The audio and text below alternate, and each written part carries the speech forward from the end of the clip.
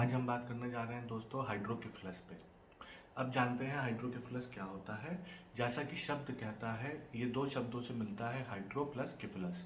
Hydro का मतलब होता है दोस्तों वाटर और किफलस का मतलब होता है हेड। तो इसका अर्थ ये हुआ कि जिस बीमारी में सिर में, हेड में पानी का इकट्ठा हो जाना, कलेक्शन हो जाना, तो तब उसको कहते हैं हाइड्रोकेफलस। अब जानते हैं कि क्या होता है ये। नॉर्मली दोस्तों क्या होता है कि हमारा जो ब्रेन होता है उसमें CSF होता है, जिसको दिमाग का आप समझ लीजिए एक सोल्यूशन होता है जो कि ब्रेन के अंदर रहता है और उसके ऊपर भी तैरता है।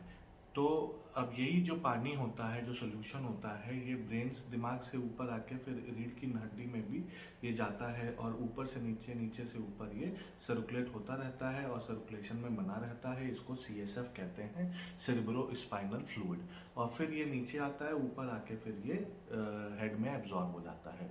तो इसका नॉर्मल एक मैकेनिज्म होता है, नॉर्मल मैकेनिज्म ऑफ प्रोडक्शन होता है, इसका नॉर्मल कॉन्स्टिट्यूएंट्स होते हैं और इसका एक नॉर्मल एब्जॉर्प्शन रेट होता है और एक नॉर्मल रेंज ऑफ वॉल्यूम होता है कि इतना वॉल्यूम इसका डेली प्रोड्यूस होगा और इतना वॉल्यूम इसका प्रेजेंट रहेगा ब्रेन के अंदर।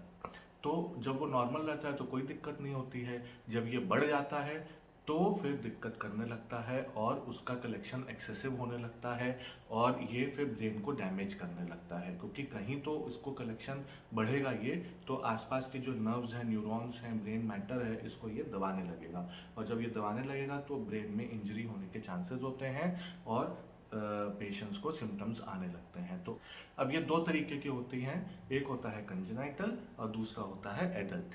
कंजेनाइटल का मतलब जैसे कि शब्द कहता है कि जन्म से जिस बच्चे को ये होता है उसको कंजेनाइटल हाइड्रोकेफलस कहा जाता है। और एडल्ट हाइड्रोकेफलस का मतलब हुआ कि बाद में जाके बड़े होके कोई बीमारी की वजह से अगर ये होता है तो उसको एडल्ट हाइड्रोकेफलस कहा जाता है। कंजेनाइटल हाइड्रोकेफलस जनरली होता है अगर इन्फेक्शन हो रहा हो बच्चे का माँ के पेट में ही, या फिर तुरंत जन्म लेने के बाद अगर कोई इन्फेक्शन, जैसे मोस्ट कॉमनली इंडिया में ट्यूबरकुलर इन्फेक्शन होते हैं जिसकी वजह से ये हो जाता है। क्योंकि टीबी क्या करता है कि टीबी ऐसे ऐसे जेली लाइक सब्सटेंस प्रोड्यूस कर देता है जो कि रास्ता बंद कर देता है, जिससे सिर का पानी नीचे स्पाइन में जा ही नहीं पाता है और सिर में इकट्ठा होने लगता है। तो ये रास्ता जब बंद हो जाएगा तो इसको फिर पानी कलेक्शन होने लगेगा और इसको कंजेनाइटल हाइड्रोकेफलस कहते हैं। दूसरा कंजेनाइटल हाइड्रोकेफलस इसलिए भी हो सकता है कि जो नॉर्मल प्रोडक्शन है वो तो आपका सही है, बट एब्जॉर्प्शन का जो रेट है वो स्लो है। एब्जॉर्ब उतना जल्दी नहीं हो पा रहा है, उतना तेजी से नहीं हो पा रहा है जितना तेजी से, जितना नॉर्मली उसको होना चाहिए। तो अगर प्रोडक्शन ज़्यादा है, एब्जॉर्प्शन कम है, तो फिर पानी इकट्ठा होने लगेगा, तो इसको भी हाइड्रोकेफलस हो जाता है। तो ये कारण होते हैं जनरली कंजेनाइटल हाइड्रोकेफलस के। और इसमें क्या होता है कि बच्चे जो होते हैं उनका सिर बड़ा होता है और धीरे धीरे बड़ा होता जाता है, क्योंकि इनकी बच्चों की सिर की हड्डियां आपस में जुड़ी नहीं रहती हैं, उसमें बीच में कार्टिलेज होता है। तो जब जुड़ी नहीं रहती हैं तो वो फिर फैलने लगती हैं, क्योंकि कलेक्शन को जगह मिल जाती है, पानी को जगह मिल जाती है, वो और बढ़ने लगता है और बोन्स सेपरेट होने लगती हैं। तो इसलिए सिर बड़ा होता जाता है बच्चों का। बच्चों को जनरली सिम्टम्स नहीं आते हैं क्योंकि दिमाग का प्रेशर नहीं बढ़ता है, क्योंकि सिर ही बढ़ने लगता है। तो अगर किसी बच्चे का सिर बढ़ रहा है बहुत तेजी से तो उसको कंजेनाइटल हाइड्रोकेफलस माना जाता है और उसका ऑपरेशन बहुत जल्दी कराना चाहिए, जिससे और सिर बड़ा ना हो, क्योंकि एक बार सिर बड़ा हो गया तो फिर उसको कम करने का उतना आसान तरीके नहीं होते हैं और फिर बाद में दिक्कत रहती है बच्चे के मेंटल डेवलपमेंट में भी, बिहेवियरल एबनॉर्मेलिटी में भी और मस्कुलोस्केलेटल डेवलपमेंट में भी, ओवरऑल डेवलपमेंट में प्रॉब्लम होने लगती है। तो इसको अवॉइड करना चाहिए।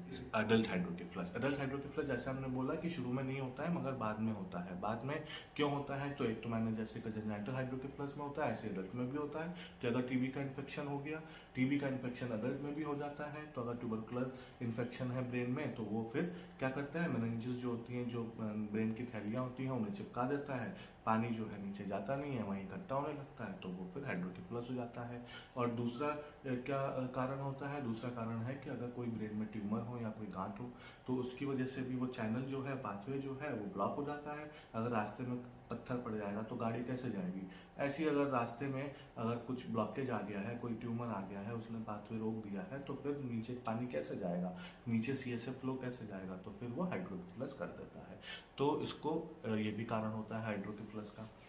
तो एडल्ट में तो और भी बहुत कारण होते हैं कि जैसे कहा कि एब्जॉर्प्शन अगर कम है, जैसे जो बच्चों में एब्जॉर्प्शन कम हो जाता है तो ऐसे एडल्ट में भी एब्जॉर्प्शन कम हो जाता है।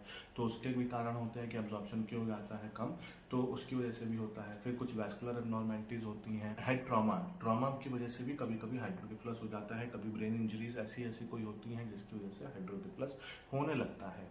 फिर कभी कभी क्या होता है, जैसे जैसे एज बढ़ती है वैसे वैसे दोस्तों जो नसें होती हैं दिमाग की वो छोटी होने लगती हैं। आम भाषा में मैं कह सकता हूँ ये चीज़, तो उसको कहते हैं सेरेब्रल एट्रोफी।